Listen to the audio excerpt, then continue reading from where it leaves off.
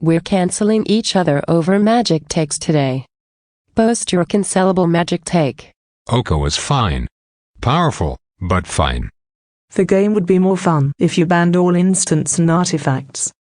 Mental misstep wasn't a mistake and should be legal wherever it was meant to be. Every set since Dominaria is better than Dominaria. Astrolab did nothing wrong. Richard Garfield did not intend anything. Guys, we did it. We have enough hot takes. We don't need any more. No more opinions, no more hot takes. We've heard them all. We've had enough. No more. Isn't it awesome? Everyone can just shut up now.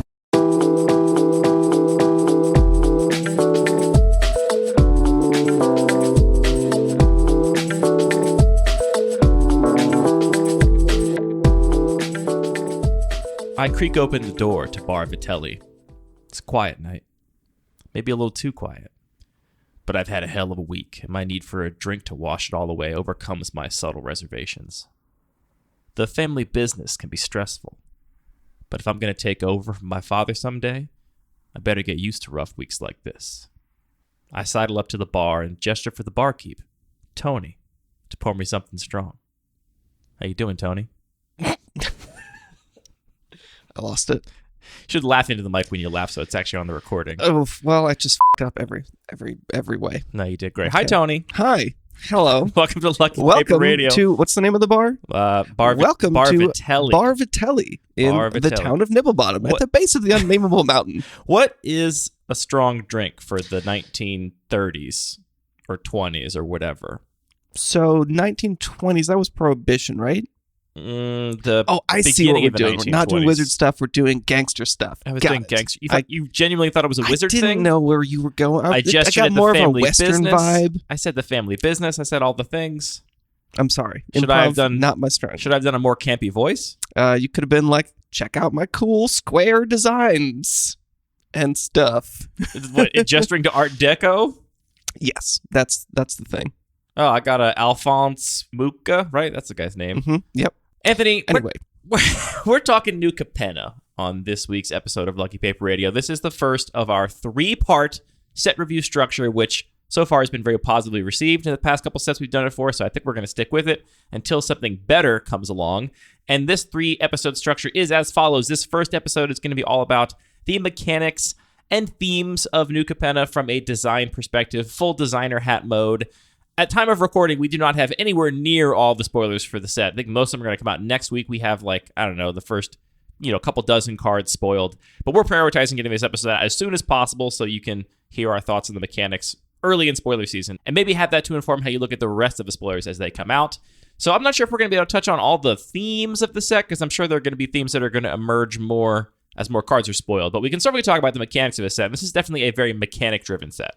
Yeah, and I think it's actually totally reasonable and valuable for us to talk about the mechanics kind of separate from a lot of the cards, because a lot of the cards are going to be balanced individually to be appropriate for different environments, because the power level does matter. But when we're just looking at these cards for the first time and excited as new cards are revealed, I think it is valuable just to think about, in an abstract sense, where might these kinds of cards fit and really make sense. Yep, I agree. So that's what we're doing this week. On the next set review episode, which maybe it'll be next week, it might be the week after. I don't know. Timing's a little weird. I'm doing a little traveling. The next piece of the New Capenna set reviews is going to be our personal cube inclusions. So we're going to go through all the new cards, talk about where these cards fit into our personal cubes in the context of those environments.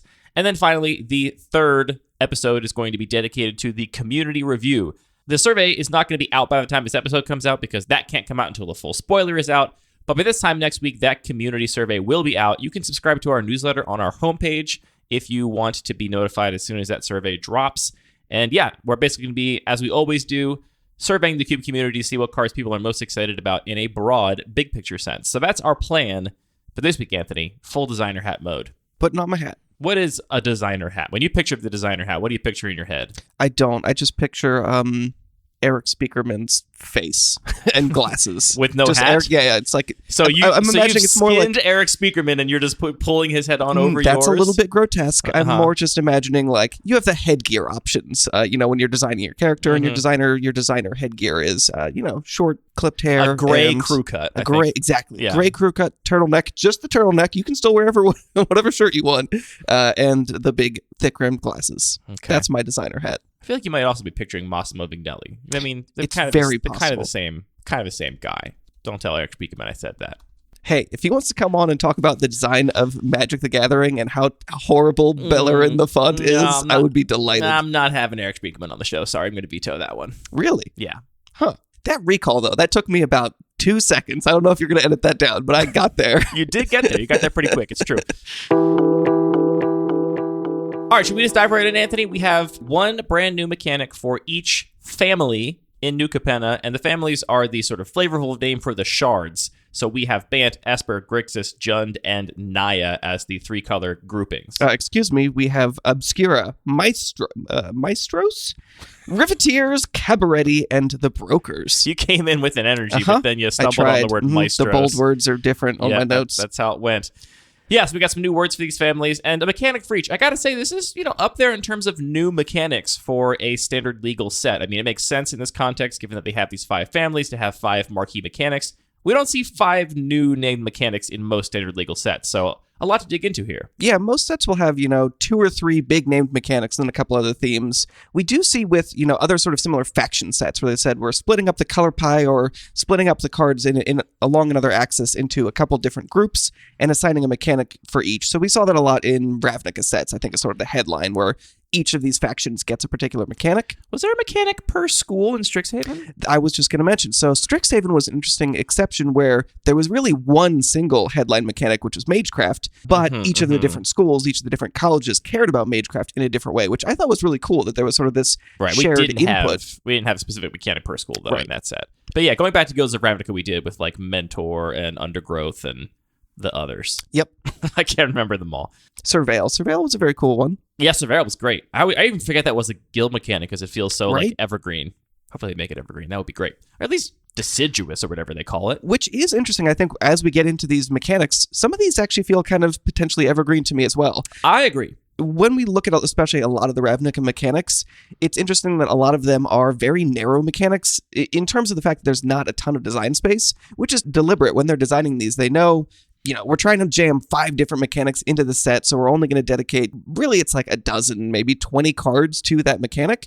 So they intentionally try and leverage that space and say, hey, here's the thing we couldn't blow out into a whole set about this mechanic, but we can, just thoroughly explore it within one of these Ravnica guilds. So it is interesting to see some of these mechanics that look very flexible to me. I agree. Let's dive right in. I'm going to go in the order that the mechanics were unveiled in the preview video, which we'll link to in the show notes. If you haven't watched it, maybe you could watch the section on the family, listen to us talk about it, kind of go alternating. That could be fun for you. I don't know what you're into. So we're going to go in that order, and that starts with Bant, or the Brokers, and their marquee mechanic is shield counters. And a shield counter is basically a counter that can go on any permanent. At first I thought it was just creatures, but the new Elspeth Planeswalker reveals that it can go on any permanent. And if a shield counter is on a permanent and that permanent would take damage or be destroyed, instead remove a shield counter. Which I think is a pretty cool way to handle regeneration style effects. Yeah, it's interesting. We've seen this history of regeneration. I feel like regeneration is a very intuitive kind of mechanic. It's true, yeah. But the original implementation of regenerate turned out to be pretty confusing, especially because, when you say when this creature regenerates, does that mean when you're activating the ability to regenerate it? Or is it when this mysterious regeneration shield, which wasn't really marked in a way with the game pieces, was actually used? So we've also seen a little bit of just creatures getting indestructible until end of turn. That's kind of been the replacement for regenerate in the last couple of years. I don't love that as much because it does just, negate a lot of opportunities for interaction, even though it does fill a similar role. So I really like this shield counter as a way to give you a similar sort of one-time effect to protect something, but there's still, later in the turn opportunities to interact. Yeah, I agree. I think it's great because it kind of fills a similar space as the indestructible clause, but importantly, I think it's going to be quite a bit worse than if you just remove a counter to give it indestructible, because anytime it takes any damage, that counter is also going to go away. Right. The fact that it is not on lethal damage, but on any damage does make it a little bit weaker. So your 3/3 with a shield counter can just get like chumped by a 1/1, and its shield counter is going to go away, even though it didn't need the shield counter to save it, because there was going to be no lethal damage dealt to it. Although it's interesting, the demo card they showed for this mechanic was a creature with 1 toughness to just kind of say, don't worry about that. Yes, it was a 1 toughness and double strike too, if memory serves. I think it was a 2/1 double striker. Yeah, I think this mechanic is really great, and I appreciate that the Elspeth was spoiled early, which means that the shield counters can be on any permanent, which I think is kind of interesting. I kind of expect maybe we'll get a take on like a white 1 mana 2/1 that maybe puts a shield counter on something to be in the sort of vein of Dauntless Bodyguard. The only reason I think maybe we won't get that is because white is pretty strong as standard right now, and maybe they're concerned about making that deck too good. Maybe this is something they flagged in the Future League. Who knows? But that seems like an obvious kind of card that could be made with this new mechanic. Yeah, the other big distinction between effects like Regenerate and, the temporary indestructibility is this is marked with a counter and can carry over into future turns. So if we have abilities like put a shield counter on this, or like you say, you have a creature that puts a shield counter on something else, you can potentially set up interesting lines for future turns where you're protecting something, and then, maybe you have fight spells or wraths or some other way to get a benefit from those carryover shield counters. Even if it's not on a white 1 mana 2/1, we're definitely going to get a creature that puts a shield counter on another creature on ETB. We Seems have to. likely. Like, it fits in with one of the other mechanics, and also just like so flavorful to have a bodyguard or whatever. Like, it's got to happen, I imagine, in this set. I think so. I also want to call out here something I've heard Mark talk about on Drive to Work, which is a defensive mechanic on creatures they tested for a little while, which was, I forget what they were calling it in development. It didn't end up seeing play because it was too strong, and the ability was basically, if a creature will be dealt any amount of damage, it's dealt that much damage, -1 or -2. And that was like the effect. It was like, shield 1 or shield 2 or whatever. And it was this effect that they were like testing out as a way to make creatures, more powerful. But they found very quickly that it was just like really, really strong. Like, obviously, it's much better than another point of toughness to have this mechanic 1, essentially. Right, if they double block, it's like, now it gets 2 toughness. Yeah, so it scales in a weird way, and just, anything above 1 was like really hard to develop and make balanced, and just kind of was unintuitive. So that mechanic never saw the light of day, and I imagine this mechanic is on that same kind of spectrum, and I think a very successful implementation of it. I really have no game design criticisms of this mechanic. I think it's really strong, and this is one of the ones I could see theoretically being evergreen, right? Like, totally. They called it shield. Shield is not flavorful to this particular plane. You could have a shield on pretty much any Magic plane. It's a pretty generic theme. So I could absolutely see shield counters, if they play well, being a thing they come back to in the future. Yeah, maybe we end up seeing Teo in here. Yeah, he's got shield right in his name. Right? The other thing I'll mention is just that sometimes we see sort of the key set mechanics be fairly, I'm going to use the word narrow in like 8 different ways in this episode. Narrow in the sense that you kind of need to use them with other of the same effect. It's sort of a critical mass type effect.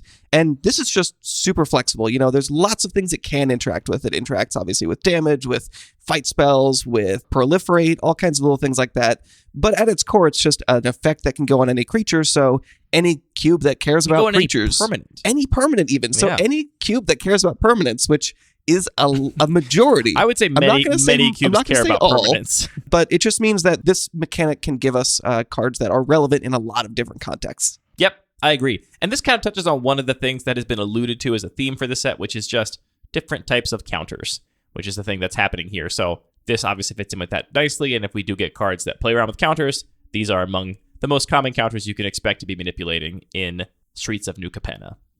Next up, we have the Obscura, the Esper family, and their marquee mechanic, which is called Connive. And Connive is a mechanic that allows you to draw a card and then discard a card. And if you discarded a non-land card, you put a +1/+1 counter on the creature with Connive. And we see this mechanic applied in a couple different ways. So creatures can just have Connive. And we also have at least one card spoiled that gives attacking creatures Connive. And Connive also has a number associated with it. You can Connive 1 or Connive 2, which is, draw that many cards and discard that many cards, and then put counters on it for each non-land card discarded this way. So it's not a static ability that just sticks on creatures. It is a thing that can happen based on some trigger. It's kind of like Explore from Ixalan, where it's kind of just like a spell kind of effect. You draw a card, you discard a card, but it is always referencing. It's attached to some creature, whether that's happening when the creature enters the battlefield, or you could have an instant or a sorcery that causes a creature to connive. So you get to loot, and then if you discard your non-land, you also get a counter, which, similar to the previous mechanic, is just very open-ended. Looting is relevant in so many different environments, as are counters and creatures, so I think this is going to be another one that there's a lot of flexible design space. This is also like Explorer in that it's kind of hard for me to wrap my head around how good this is. There's a lot going on, right? Like, looting is a thing. I mean, you have me at looting. Yeah, I mean, looting is a thing, certainly. I mean, obviously, like, there's how good this is in a, like, balance perspective, and that comes down to individual cards and what things are costed at. Right. But I'm trying to get my head around just how often am I going to be discarding a non-land card at different stages of the game to actually put counters on my creature instead of just make my hand better. I feel like oftentimes what you're doing when you're looting is getting rid of extra lands. That's like one of the best ways. It's one of the ways that looting can be the highest value, when For sure. the lands are basically dead in your hand, and so the discarding a card as a cost becomes kind of negated, right? It doesn't really matter. You drew extra gas and you get rid of extra lands. Who cares? I feel like a turn 1 Faithless Looting for value in, a deck that doesn't have a reanimator strategy or whatever, it's kind of suspect, right? Like, there, I'm not really happy to be just looting because I've got presumably a mixture of lands and spells. I'm going to make my mixture a little better, but at the cost of a card. So here it's like, how often am I going to be discarding an on-land card? I don't know. It's probably going to depend on a lot of situations. And it also depends on the card I'm putting the +1/+1 counter on. Totally. I mean, I think from a balance perspective, that makes perfect sense. Like, usually you want to be discarding lands in the late game. That is like the highest value of looting. So giving you this sort of like, well, there's this other mode, which maybe you discard a situational card or a card that it works, but, a 2/2 just isn't impactful on this board, whereas giving another counter to your flyer is. There's also the potential of this effect basically turning into a combat trick, whether that's like on the Ledger Shredder that we see, where you can just cast your second spell during combat to be able to connive, or maybe we'll see connive on some instance that you can just, directly use as a combat trick. Then you can say like, well, I don't really want to discard this, but I'm gaining enough value by trading up a creature or killing a creature in combat that it just adds up to a bunch of interesting lines, I think. Yeah, it gives you a lot of options for sure. And there are definitely going to be times where you will probably choose to discard good cards in your hand just because you have the clock and you're like, well, I'm out ahead early. I'm going to take advantage and strike while the iron's hot. Right. And get rid of this card that is otherwise useful to me and keep a couple extra lands because I want to keep growing this threat and try and put the pressure on. So a lot of opportunities there. I will say, compared to shield counters, I don't think this mechanic is particularly resonant. What about this is conniving? Like, I think it's kind of like they took a word that has to do with being tricky and they took a mechanic that doesn't really, and they just stuck them together, which is fine. But if we're talking about like game designer hat, how elegant is this mechanic? I don't think it's as elegant as something like shield counters, which are extremely intuitive. The looting and the counter are kind of like tied together in a like, what if I'm discarding an idea? How does that make my creature bigger? I don't know. At a certain limits, all of the flavor of Magic does fall down when you're like, I've got 16 squirrels to block Emrakul. Then all of a sudden it's like, that's a little weird that 16 squirrels can take down this enormous god or whatever. So yeah, that's just one observation, is that, if I look through this lens really when I'm working on specific kinds of projects, like I have my core set battle box, which obviously we don't have these are core set mechanics, or like my beginner decks is another example where I'm trying to find mechanics that I think are very intuitive to just reduce any amount of cognitive load on somebody. I think this is kind of like Explorer in that it has a lot of cognitive load and is even less resonant than Explorer was. At least Explorer was like, you're going to reveal a hidden information, which is like exploring, and then if you find land, one thing happens, and if you don't, a different thing happens. So, but I still find the mechanic, like, I can't tell you right off the top of my head exactly what Explorer does. I know you reveal the top card of your library. I think if it's a land, you draw it, and if not, you can put it into your graveyard or leave it on top, and the thing gets a +1/+1 counter. I think you... Yeah, correct. I think that's I'm what pretty it is. sure. It was a very confusing mechanic because it was like offered this weird decision and this like secondary reward. For some reason, this is so much more grokkable to me than Explorer. But I think it's a little more. But if we fast forward 2 years, 3 years, are we going to be like, what was Connive again? Do I get the counter? Well, I might remember because this might be a slam dunk for my battle box, where I love a lot of looting. I love +1/+1 counters. I think that there could be some really great cards specifically for my battle box in here that we'll talk about on a future episode. It does seem like a good battle box mechanic. And actually, I think whether or not we remember this mechanic will largely be a factor of like, are we playing cards with a mechanic on it? Right. When's the last time either of us cast a card with Explorer on it? It's been a little while. I did have some in my battle box. That was a while ago. Yeah. And even then it was just like, it's weird because you're never going to reveal a land. Right. So yeah, that's kind of a little bit awkward. But overall, still a mechanically very flexible mechanic that can fit in with a lot of things. Again, we see more counters here, +1/+1 counters in addition to the shield counters. So this kind of counter theme is showing up in a couple places. And yeah, I think this mechanic will work just fine. And I think it's particularly interesting in an environment like BattleBox where you like to have that kind of incidental card selection, and it's valued differently than in a situation where you're drawing off a normal deck. Yeah, absolutely. Our next family is the Maestros. This is the Grixis family. Their marquee mechanic is Casualty. This is an ability on instants and sorceries that lets you sacrifice a creature of at least a certain power to copy the spell. So you've got a cantrip or whatever that has Casualty 1. You always get the effect of the cantrip. If you want to copy it, you can sacrifice a creature with power 1 or greater, and so on and so forth. There are also cards that grant other instants and sorceries in your graveyard or in your hand Casualty, so it's not just going to be on these new spells, but there are ways to give it to other spells. And this is a really interesting overlap between mechanics that are like copying things is very blue-red, and then sacrificing stuff is very black-red. And so I think this is a really interesting, flavorful combination of you get to do the spell tricky stuff, but also you need creatures to sacrifice to get that value off of copying things. Really cool space, I think. Yeah, I mean, copying spells is fun. Using other things as resources, using your creatures as a resource to basically turn them into spells, just opens up a lot of space. I think this is another just really solid mechanic that maybe doesn't have quite as much design space as some of the others because sacrifice is a fairly specific thing, and copying, like, those are two slightly more narrow inputs and outputs, but I still am pretty excited for it. We have to talk about village rights here, Anthony. We just have to, because everyone's Do we? expecting us to. Do we? I think we do. Okay. And, you know, here's what I'll say about this mechanic. I like this mechanic a lot.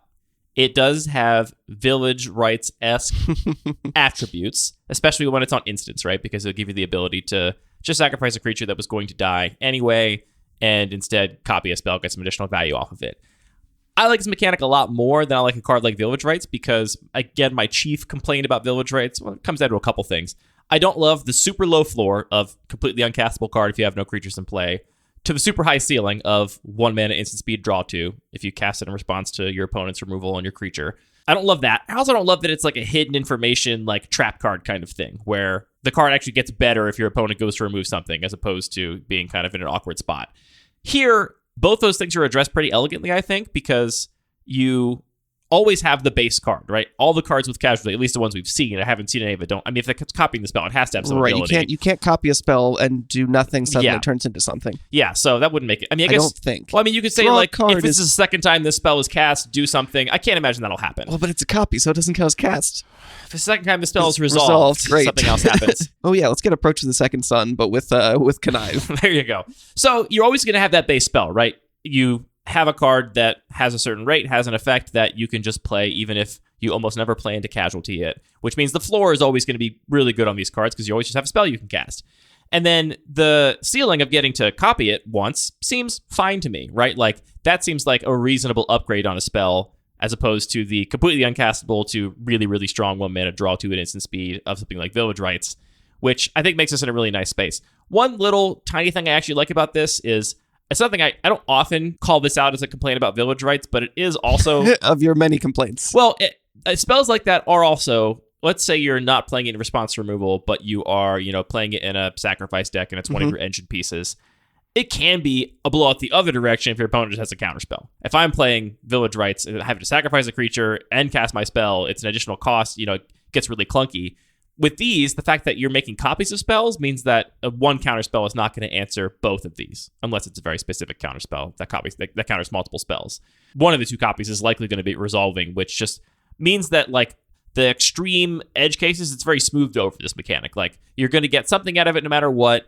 I don't think the ceiling's ever going to be crazy high because you're just playing in this, like, nuanced middle space, which is a lot more interesting to me than the really fluctuating value of a card like Village Rights. Fair. I think that this is a mechanic that's really going to depend on what the actual cards do. It's really difficult to evaluate this one in isolation because some of these, like what we've already seen, a card that just is going to be a 2-for-1, or at least excluding, let's say you have a creature that has 0 value for whatever reason at this point in the game, the card's just going to be a 2-for-1 because it draws you 2 cards. But we do see a counterspell that just scales up in how much it taxes your opponent. So in that case, it's not scaling up to just always being a potential 2-for-1, but just being a counterspell that has more flexibility and works in more situations. And then, like you said, we also have a damage spell that exactly like you're saying, if you're splitting this between two creatures, you can still kill one creature even if your opponent has some kind of interaction, likely. Or just turn that into a bigger burn spell and kill one big Right, creature, right. though in that case you do get a little bit got by counter magic if it happens. How do you feel about the fact that the ability is tied to the power of the creature, and you need to sacrifice a creature of a certain size to be able to copy it? How do I feel about it? I mean, it's an extra rub for sure.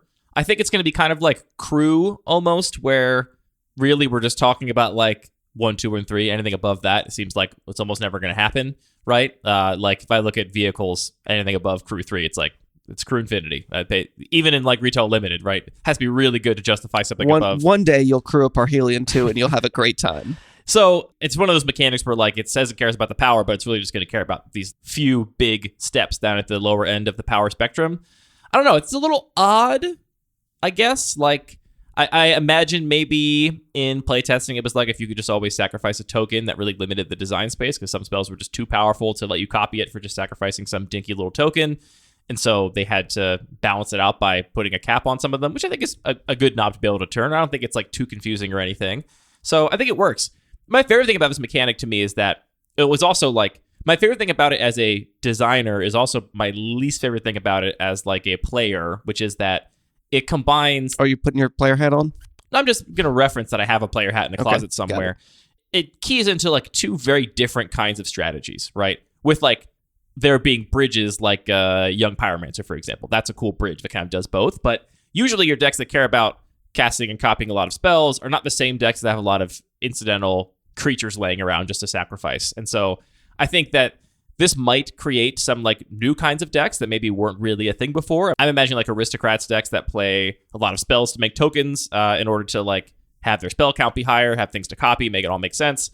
Or this just doesn't actually go in spells matter decks, right? This mechanic is really actually like an aristocrats mechanic, and the fact that it's on spells and copies spells is kind of incidental, and you're not going to play in a deck that cares about spells. So it's in this kind of weird space, which I think is a great space for them to explore, where they're combining two somewhat divergent strategies, like a token aristocracy strategy and like a spell slinging copying strategy. And actually, I think it probably just leans much further into the former than the latter.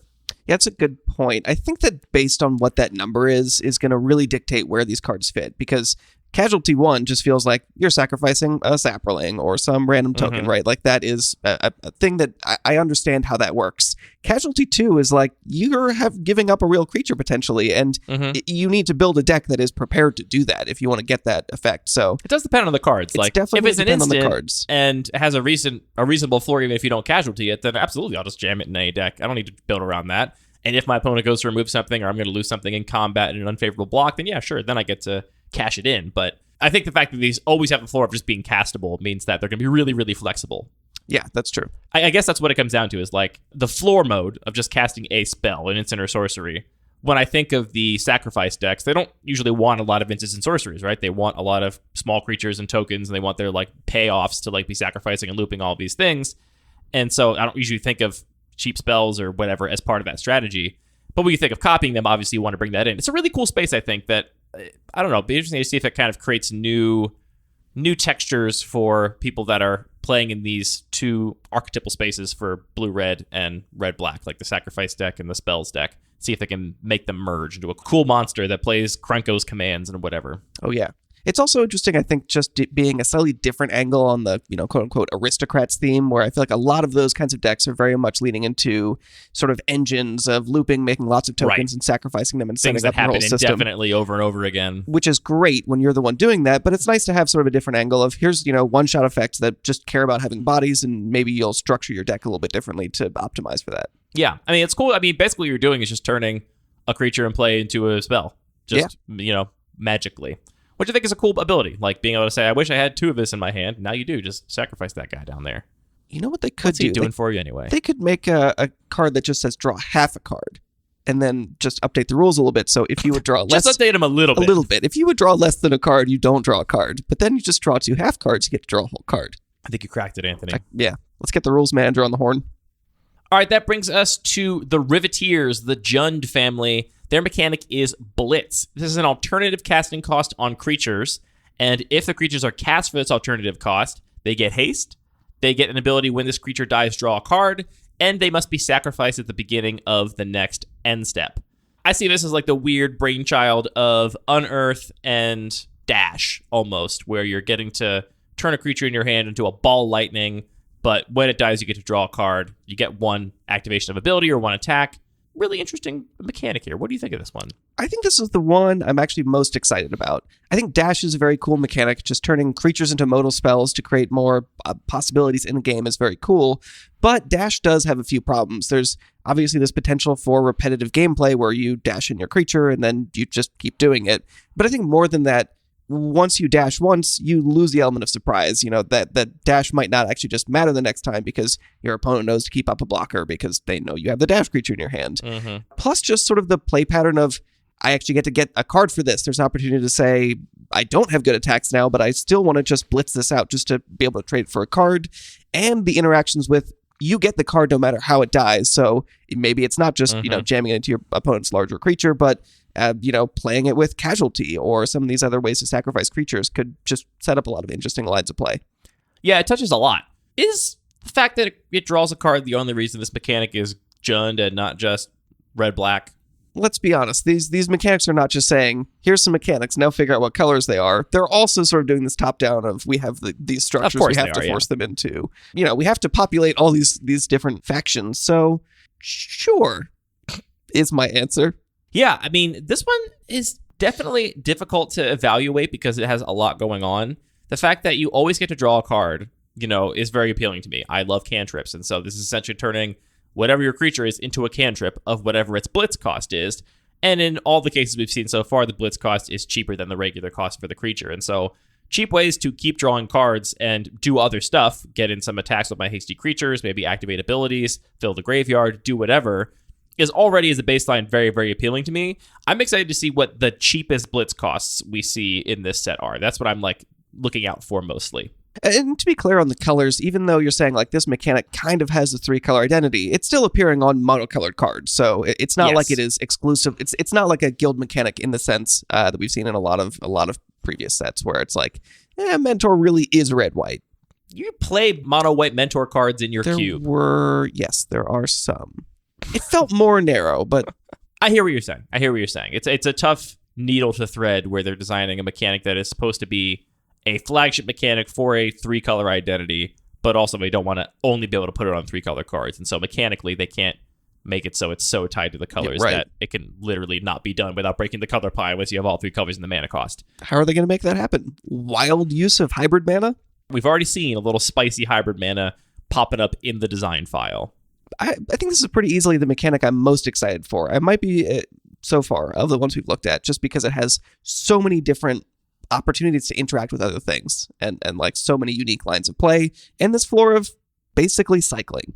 Yeah, it is complicated in that it grants a lot of stuff to the creature, right? It's yes. Put it into play. It has haste now. Also, it has when it dies, draw a card. Also, it has sacrifice at the beginning of the next end step. It's just kind of tacking on a lot. I'm picturing the arena screenshots where you've put the thing into play and it's got all the regular rules text and then all the additional rules text in blue above it. It's going to be a lot.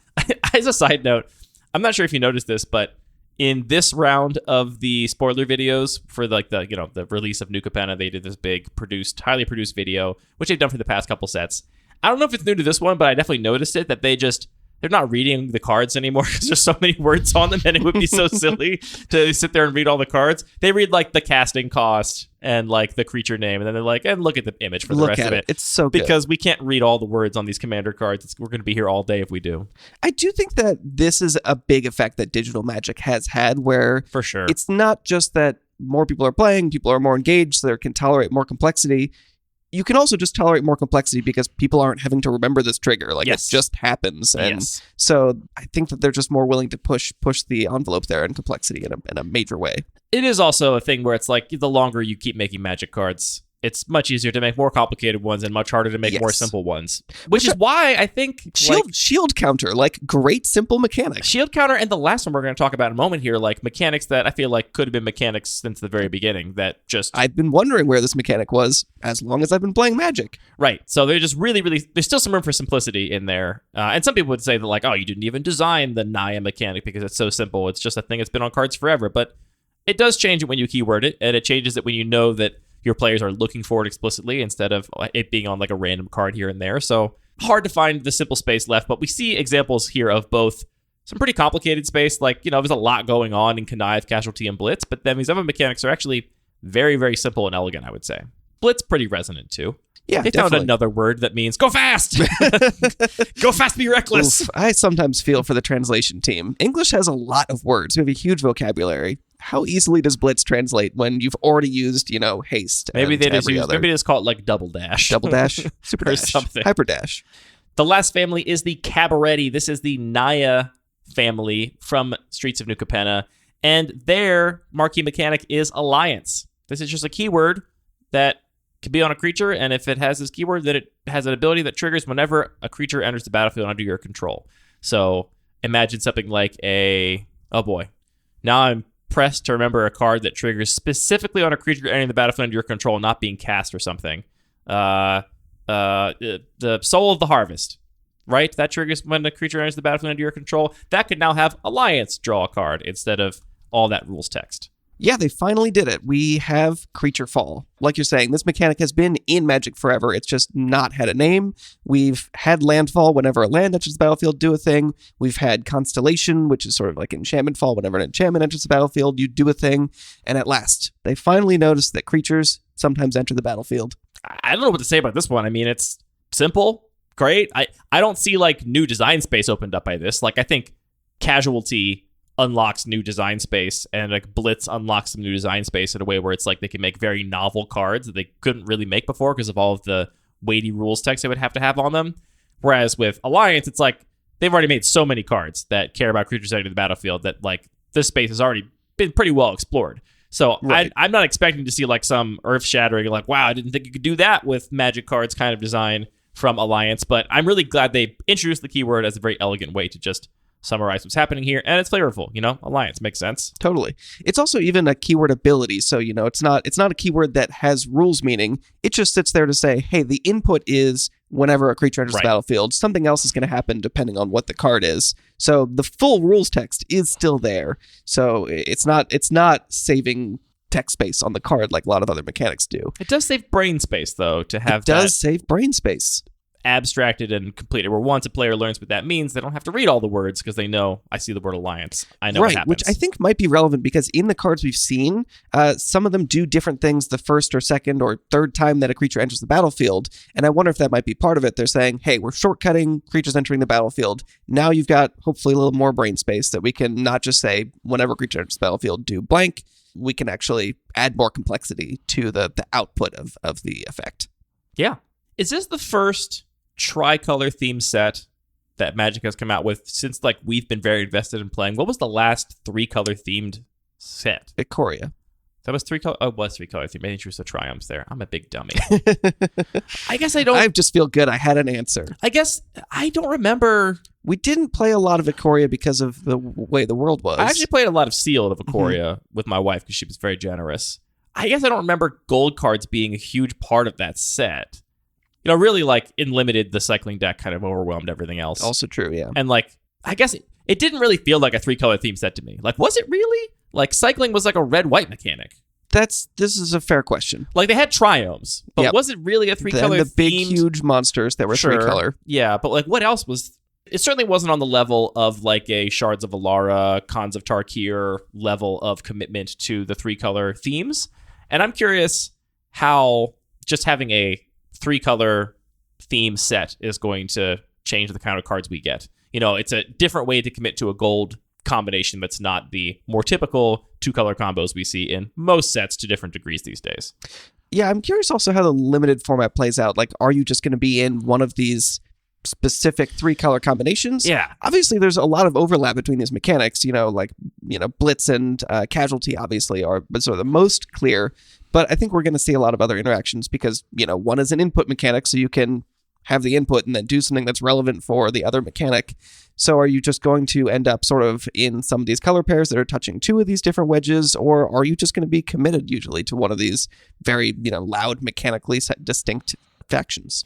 I've obviously never designed a Magic set, but I've designed a lot of cubes. It sounds difficult to get your players to care about a 3-color faction or shard or wedge or whatever, and not just bleed into play a 4th color and a 5th color. Like, why not? Like, in order to give enough fixing for those 3-color cards to be playable, it's really hard not to be like, I'll just splash a few casualty cards or whatever, which might be how the set plays. That could be fine. I think the actual like strong thematic focus on 3-color factions seems difficult to pull off. Maybe what it comes down to actually is that you're mostly in like 2 of the 3 colors of a faction, and then you're like kind of splashing the 3rd color of a faction. Splash. Yeah, I could see that. And so you're really playing like kind of a 2-color deck a lot of the time, but you end up, splashing the like cool casualty payoffs in your, I don't know, red-green deck or whatever. We've also seen there is a red-blue deck because there's no green in casualty. It's hard to keep track. I need to draw a diagram and label the color pie. We've also seen the interesting sort of variation on Evolving Wilds that can only fetch a certain subset of these colors. So just the fact that the fixing looks in a very specific way could really influence that. I think those cards are really cool for rarity restricted cubes that are adhering to Singleton. That basically got 5 new Evolving Wilds in one set, which I'm assuming it's a cycle. We've only seen one, but I'd be shocked if it wasn't a cycle at common. The design of that card is so clunky. Like, it's just a land that self-sacrifices immediately when it enters the battlefield, and it can't be tapped for mana. I mean, absent having Urborg or whatever in play. It strikes me as the kind of card where it's like, this is just a spell, but you couldn't make it a spell because then your lands could be countered, and so... I suspect the design actually went the opposite direction, where they were like, what if we made an Evolving Wilds that was just 3 colors? Great. But, like, again, since we're playing Magic digitally a lot, like, the fact that you sacrifice the Evolving Wilds doesn't matter that much. It just means you have to click on the Evolving Wilds and tap it and search. Yeah. What if we just shortcut that thing you want to do all the time? Plus the like, quote-unquote upside on Evolving Wilds that you can wait and potentially your opponent doesn't know what your next color is that is relevant on a certain turn. Or, like, you don't know what you're going to need, right? Totally. Let's say you've got a, burn spell and a combat trick in hand, and depending on what your opponent does on their turn, you're either going to want to get your red mana so you can untap and do your burn spell, or get your green mana so you can do your combat trick. Like, it still comes up. Right, and less often, like, top deck manipulation cards. You have your Future Sight, and you want to be able to shuffle to hit some other card. Like, those are things that make Evolving Wilds more interesting, have more variety of lines of play, but it also means often the optimal way to play it is just wait until your opponent passes the turn, which is the worst time for you to be shuffling and, stopping the game, right? I mean, most of the time, I would argue that it doesn't. I think players wait because of the heuristic of you're supposed to wait when... If 90% of the time, like, literally the only difference is that your opponent knows you got a mountain, like, right. That does not matter, and you should just specifically do it. With Evolving Wilds, it's not like, do I want to take 2 off my shock land, or can I afford not to? Yeah, you have no other decision to make. That is true, but still, I think that this applies. Like, if you're sticking with that heuristic, which I think some players do, you're making the game less fun by sticking to this quote-unquote optimal heuristic. So they have sort of fixed some issues with those designs. But I agree they feel a little weird to me, just to say, they here's a land, definitely feel digital only. I put it on the table and it has to go away. And I've taught enough people to play Magic that I know that Evolving Wilds is already a big hurdle to get over. It's like, you told me my lands and my resources. What do you mean? Why can't I tap my land for mana? Why doesn't it tap for mana? Why would I want to do this anyway? Evolving Wilds for colorless mana, or at least tried to the first time I had my hands on one. From the DCI. Mm-hmm. So I know that that's already kind of a hurdle for new players to be like, excuse me, what? What if they just wrote, tap symbol, add green on a forest? Look, don't get me started. That's already kind of a hurdle. I imagine this, like, self-sacrificing land that doesn't have anything to do with mana on its own is, like, even more it's maybe confusing. A little bit more... Well, I could see it being more clear. It's like... I think it's more confusing.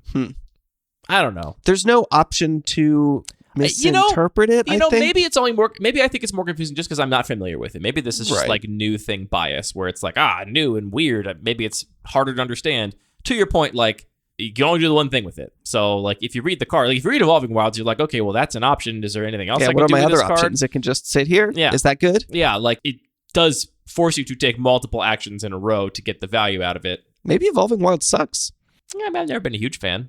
I do like fetch lands, but for all the reasons you stated, it takes away a lot of the fun because you can't really afford to sandbag your Evolving Wilds. You just got to do it immediately. Yeah. So, there's one really nice art on it, though, that I like. It's pretty. I think it's the Judge promo. Big cloud going like, looks really cool. That's it for the family mechanics. A lot of new stuff going on here, but I think the fact that shield counters and Alliance especially are very, very simple means that they can afford to spend a little more complexity on Connive, Casualty, and Blitz. And I think all these mechanics are quite strong. They're on a spectrum of resonance. Some of them I think are much more intuitive than others. Connive and Casualty are kind of in a weird space in terms of actually, being able to guess what the mechanic does from the name. But yeah, these mechanics I think are all very elegant. None of these are super narrow. None of these mechanics are the kind of mechanics where I would say I'm pretty much going to rule out any card printing of this mechanic for my cube, which happens a lot. Like I'm not either saying, well, that's a double face card mechanic, I don't want to add double face cards, or saying that is designed for a very specific limited environment where you have a critical mass of X, and I'm not doing that right now. You know, it's not like the samurai theme where I need to have a whole bunch of samurais, or even some of the extreme like artifact and enchantment themes from Neon Dynasty where I don't think my cube has enough to support a lot of those cards. Yeah, and there are mechanics like Mutate too, which I just don't like how they function, the thing they care about, that are just never going to make it in my cube pretty much. Right, like the flavor of non-human on Mutate makes sense in the flavor of Ikoria. It doesn't make sense in your cube so much. It's just a frustrating little thing you have to remember that sometimes you're like, wait a minute, Avacyn's Pilgrim is a human, not an elf? What the heck? So yeah, there's nothing about these mechanics that is immediately putting me off them, which very rarely do we get a set where all the mechanics, I'm like, these are great. Can't wait to see what kind of cards we're going to get, but that's what we got here. So I'm excited about that. We have at least one, well, we have a couple returning mechanics. We do have the Triumph cycle getting finished, which is a big deal for cube designers, and those are the only cards in the set with cycling, but cycling is on the Triumph, so in some ways we have a little bit of cycling back. Then we also have Hideaway returning. I actually have a question for you, Anthony. Hideaway is the mechanic where when it was at first only on lands, it was just on the cycle of lands from Lorwyn. Then we got the blue 2-drop from Modern Horizons, and maybe a couple other cards in Modern Horizons. Just that one, just Watcher for Tomorrow. That one, which kind of brought back Hideaway. And it's basically a mechanic that when the thing comes into play, you look at the top X cards of your library and tuck a card under it. And previously, that number was always the same, right? It was always 4. Always 4, yeah. So the cards with Hideaway previously just said Hideaway. And and that meant look at the top 4, tuck a card under it, and then when some condition is satisfied later on, you get to cast that card for free. Right, and that condition was a separate effect, but everything to do with looking at those cards and hiding one away, that was all baked into that one keyword. Well, I guess Watcher of Tomorrow doesn't cast the card. It puts it in your hand. True. So that is interesting. The Hideaway is just a way to, exile a card, reserve a card that another effect can use later on. Care about in some way. It's very cool. I think in this set in particular, the article did say it's all casting for free if you meet some condition. But the mechanic is inherently flexible, and like Watcher for Tomorrow, you can do a lot of things with it.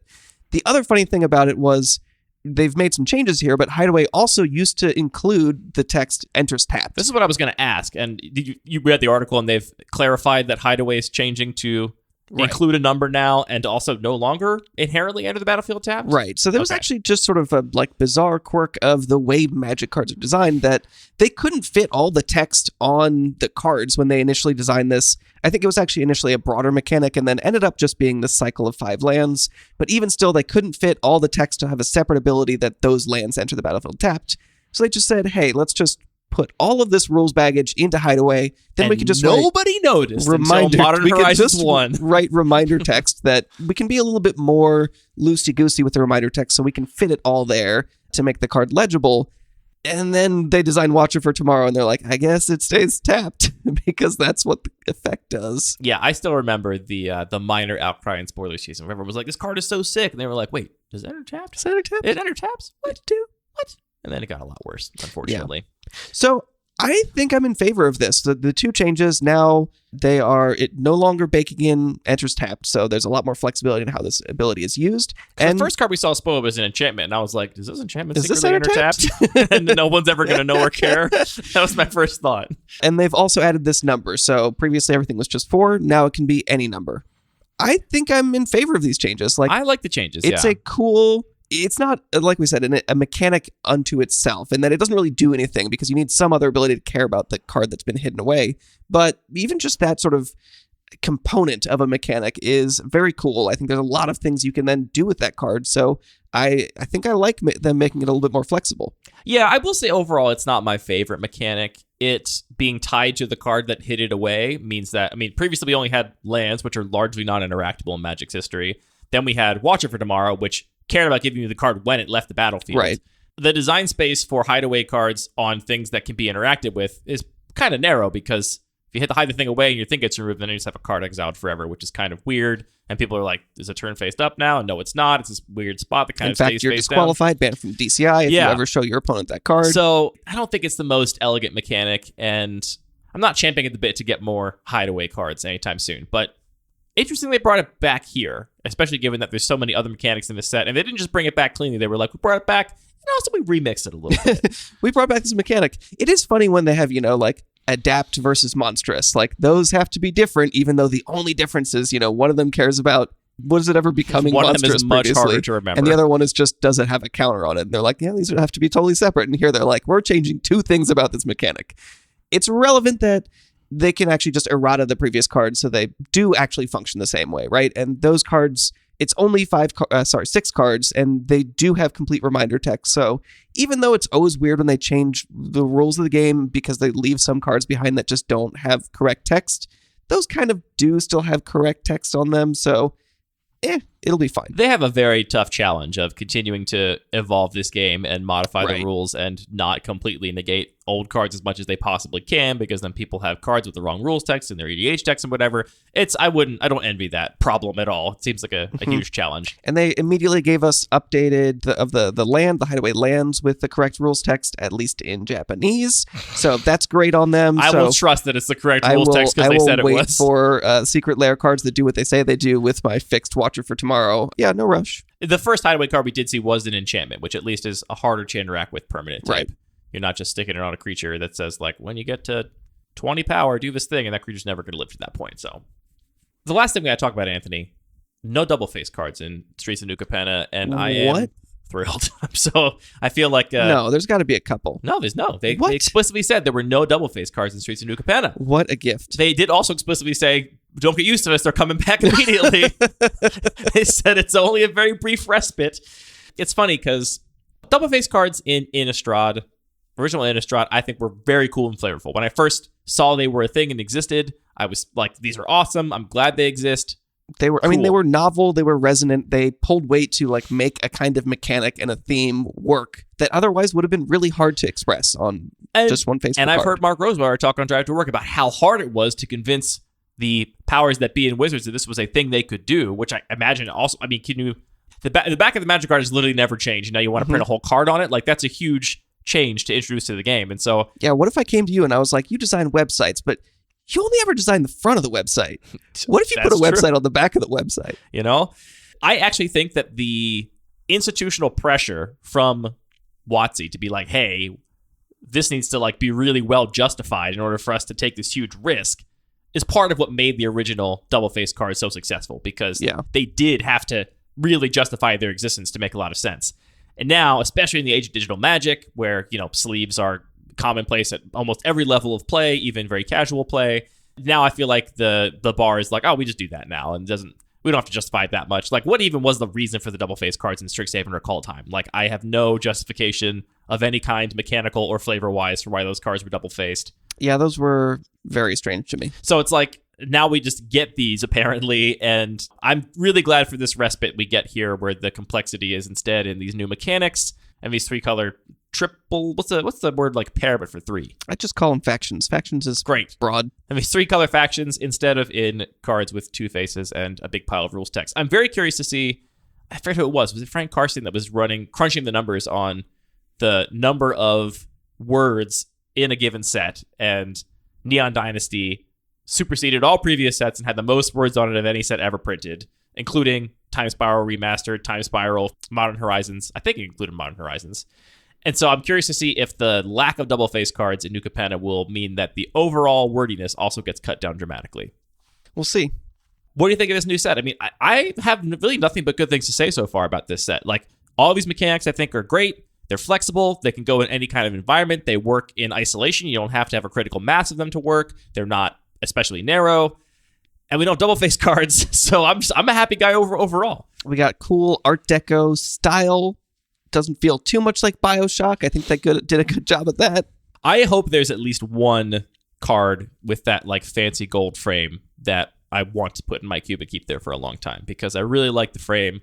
I kind of like that I have just a smattering of examples of very expressive frames over the years, at least the ones that, meet my aesthetic values. And so I really hope at least one of those fits for me. It's going to be hard because I think they're only on the 3-color cards. So really? We need a 3-color card that is a slam dunk in my cube, which maybe we'll get there with the help of hybrid mana or something. We'll see, but I think that's the line. Okay, so there's like the borderless showcase kind of there's so many kinds. Art Deco, but then there's this other one that has sort of these more, what do you call even them? More Art leafy Deco. Art Deco patterns. Even more Art Deco. And yeah, that one I think is like, it's actual, not actual gold foil in the sense that it's really gold leafed, but it is like a... One day we'll get there. We'll get there eventually. But it's like a different foiling process where they've actually like stamped it with that like very glossy metallic gold. It's not like printed. It's interesting to think that could actually have a real effect on sort of the cards that people are putting in their cube. And I could imagine it sort of trickling down to be like, yeah, I really wanted to include this 3-color card, even though I never have before, because of this weird special foiling process that looks awesome. Look, Andrea Mengucci tweeted... I've broken the seal on running 3-color cards, and I'm just going to start doing more of it. Look, Andrea Mengucci tweeted today that he was building Blue Tron and Pauper just because he hadn't used his beautiful Antiquities Tron lands for too long. So it doesn't matter what level of spike you are. You can be Andrea Mengucci and be like, I love my Antiquities Tron lands, so I'm going to build a deck just because of that. And in Cube, that's not even a risk because you can put in that 3-color card, and if you don't think it's good in your Cube, you just don't draft it. You can still be a spike. Or put in that 3-color card and then give everybody a Pillar of the Parents on turn 0 and then watch him get cast. That's a thing you can do. All right. That is it for this episode of Lucky Paper Radio. Thank you for tuning in. We will be coming at you in the near future with part 2 and part 3 of the New Capenna set review as time allows. I think we're going to have to get some other episodes in there to shake it up a little bit, but stay tuned for that. Also, Anthony, the countdown continues. 27 weeks to CubeCon. I'm so excited. Only 27 left. I got a little advent calendar. I'm opening up a new card every week. It's a weird advent calendar. I bet you could sell a Magic Advent calendar. Oh, for sure. For sure. Anyway, check out mtgcubecon.com for details on that. All of our music is produced by DJ James Nasty. All of the Magic cards are produced by Wizards of the Coast. This show is produced by thinking about Magic cards and then speaking into microphones about them. Thanks for doing that with me, Anthony. Sorry for failing to riff on the intro. I just didn't know I was going to be the bartender, and it was just really disorienting. I was trying to think of, like, if you were just born in the 20s into a crime family, what you would do. You would just probably work the bar. I don't know if I'm that competent at doing stuff. You like drinks. Uh-huh. You like the social context of, like, a bar at the center of a community. I feel like you would avoid getting your hands dirty in the crime stuff, because you're not a crime boy. No. Except, at that time, bartending was being a crime boy. No, I'm not talking about Prohibition crime boy times. Okay. I'm talking about just regular, you just more, I feel like, that's where you fit into that gangster culture. You're not a very gangster guy, I guess is what I'm saying. But I feel like I would just be like a good drink. Bookkeeper. I'm not like the most social creature. I feel like being a bartender is more about being a social person. I also feel like you probably, of all the people I know a fair bit about drinks in the 20s and 30s. I feel like you've read books about the history of cocktails. I have read The Fine Art of Mixing Drink by David A. Embury, which is it was actually written in like the 50s, but it's all about how Prohibition ruined drinking culture and like all of the terrible cocktails that have been sticking around. He's a very salty man. It's an interesting artifact. It's a cool look into history. Mm-hmm. And he's only a little bit racist constantly. Just a little bit. Extremely sexist.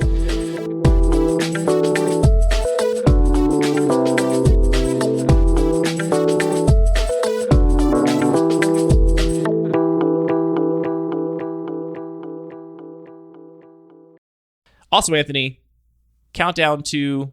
I said 27, didn't I? Did I say 24? F*** me. Are you serious? I wasn't listening. Son of a...